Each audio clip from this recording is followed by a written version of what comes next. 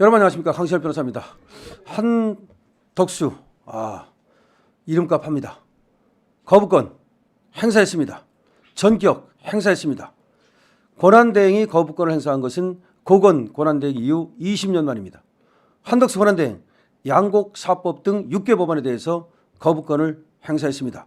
저 박찬대가 협박하고 이재명이 협박하고 민주당이 협박하고 만약에 거부권을 행사하면 탄핵하겠다, 깜빡 모르겠다, 굴하지 않습니다.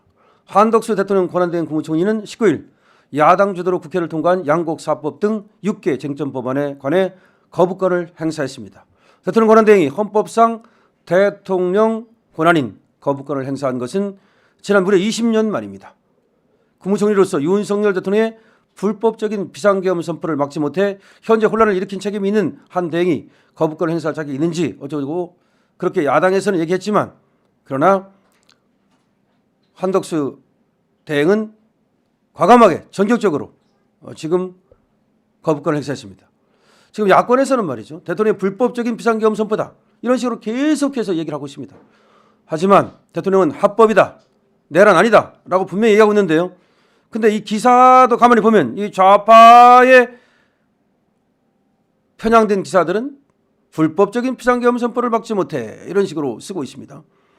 자, 그런데 말이죠, 한 권한대행은 오늘 오전 정부 서울청사에서 열린 임시국무회의에서 정부와 여야가 협치가 절실한 상황에서 국회가 제멋대로 6개 법안을 일방적으로 통과한 것에 대해서 매우 유감으로 생각한다.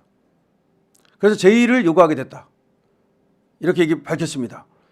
그래서 정부는 국무회의에서 양곡관리법, 농수산물 가격안정법, 농업재해 대책법, 농업재해 보상법 등 농업사법, 그리고 국회 증언감정법, 국회법 개정안 등 6개 법안을 이번에 거부권을 행사한 겁니다.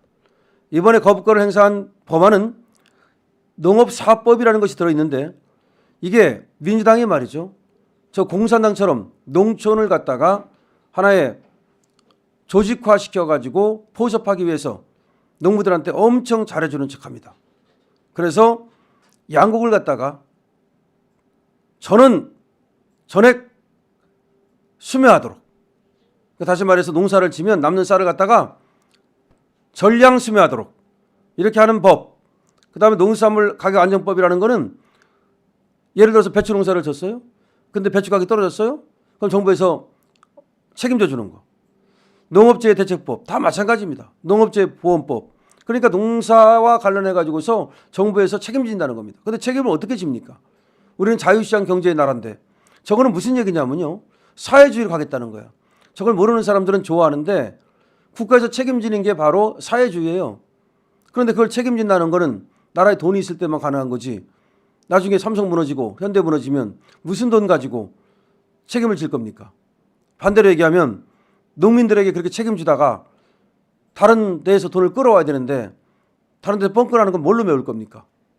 이거는 그러니까 전형적인 포퓰리즘 입법. 지금 농민들을 갖다가 자기들의 편의로 끌어들이기 위한 입법입니다. 왜 그러냐? 지금 시골에 있는 농민들이 대개 60, 70대 나이가 많으신 분들이란 말이야. 근데 여기는 대개 그래도 우파가 많아요. 국민의힘 지지자가 많아요.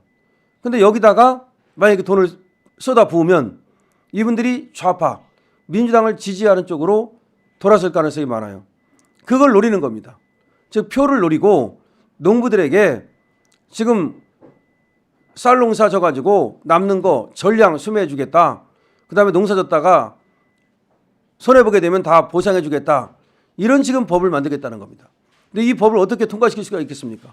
어떻게 제의 요구를 안 할 수 있겠습니까? 어떻게 거부권을 행사하지 않을 수 있겠습니까? 그 다음에 국회 증언감정에 관한 법률은 뭐냐면, 지금도 국회 증언감정에 관한 법률이 있긴 해요.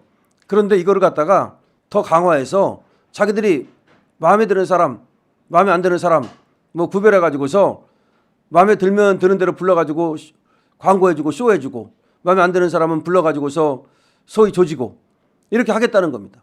근데 이게 문제는 뭐냐면, 국회 증언감정에 관한 법률에 이 처벌 조항이 있기 때문에 안 나가면 벌 받아요. 그런데 예를 들어서 기업인들을 부른다 이거야. 삼성 이재용을 불러요. 불러놓고 나서는 왜 그렇게 경영을 하느니, 뭐가 어떠니 그러면 이게 기업이 되겠습니까? 그러면 이 기업인들이 국회 눈치 보느냐고 이거 제대로 자율적인 경영을 할 수 있겠습니까?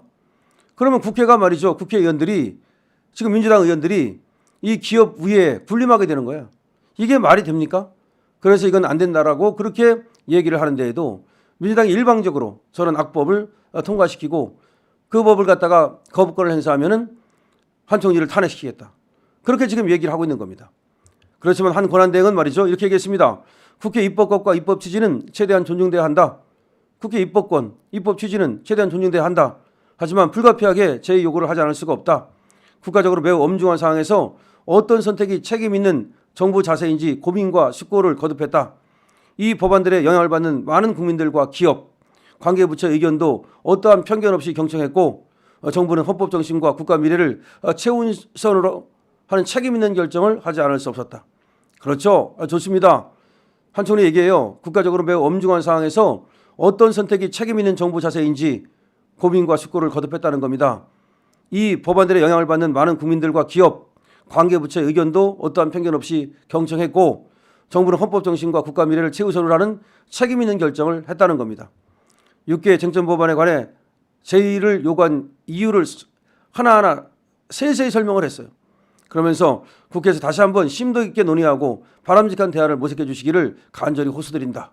정말 진심이에요. 정말 간절해요. 한덕수 권한대행이 법안들에 대해서 거부권을 행사한 것은 말이죠. 지난 6일 정부로 이송된 지 13일 만입니다. 거부권 행사 시한이 21일까지였는데 오늘 거부권을 행사한 겁니다.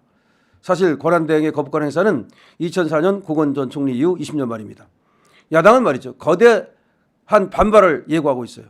한 대행이 거부권 행사에 대해서 하지 말라고 굉장히 엄청 압박을 가했지 않습니까? 거부권 행사하면 내란 숙의 윤석열의 뜻을 따르는 것이다. 그러면서 만약에 거부권 행사하면 탄핵하고 그다음에 또 거부권 행사하면 그에 따라서 책임을 묻겠다. 이렇게 협박을 했습니다. 그렇지만 거부권을 당당히 행사했습니다. 그다음에 또 있죠. 민주당은 말이죠. 그 내란죄, 일반특검법, 김건희 특검법 이걸 즉각 또 수용하라고 얘기하고 있는데 이거에 대해서도 당연히 거부권을 행사해야 됩니다.